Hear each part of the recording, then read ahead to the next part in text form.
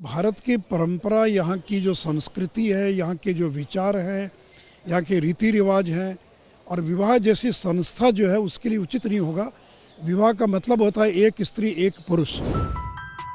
BJP के राज्यसभा सांसद और बिहार के पूर्व डिप्टी सीएम सुशील मोदी ने सेम सेक्स मैरिज पर विरोध जताया है। जी हां, सोमवार को उन्होंने संसद के शीतकालीन सत्र में कुछ ऐसा कह दिया है जिसने एक बार फिर से हंगामा मचा दिया।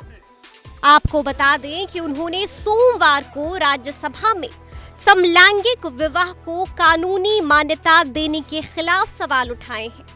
उन्होंने इसे समाज के लिए घातक तक बता दिया है। सुशील मोदी ने तर्क दिया है कि इससे समाज का स्वरूप खराब होगा और समाज का ताना बाना बिगड़ेगा, इसीलिए ऐसे कानून को भारत में नहीं लाना चाहिए।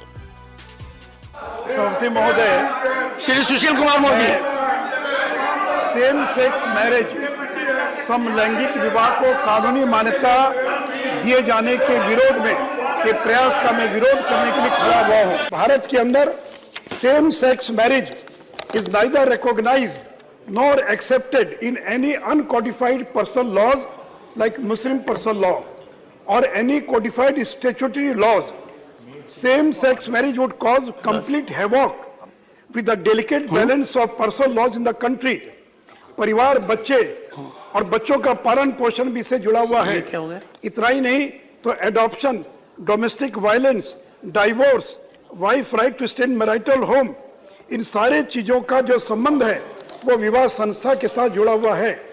और साथ ही साथ उपसभापति महोदय, और इसलिए मैं आपके माध्यम से यही कहना चाहूंगा कि दो जज बैठकर इस प्रकार के सामाजिक मुद्दों पर निर्णय नहीं ले सकते हैं। संसद में इस पर डिबेट होनी चाहिए, समाज में इस पर डिबेट होनी चाहिए। तो सुना आपने, सुशील मोदी ने सेम सेक्स मैरिज का किस तरह से विरोध किया है। कई सवाल भी खड़े किए हैं।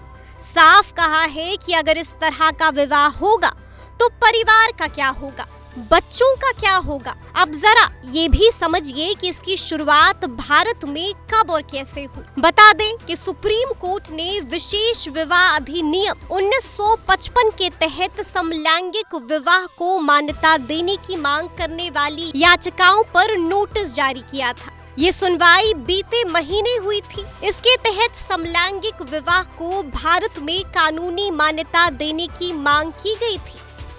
ये मामला बुधवार को शुरू हुआ था जब एक भारतीय नागरिक और अमेरिकी नागरिक ने भारत में अपने विवाह को कानूनी प्रक्रिया के तहत मान्य देने को लेकर कोर्ट का दरवाजा खटखटाया था।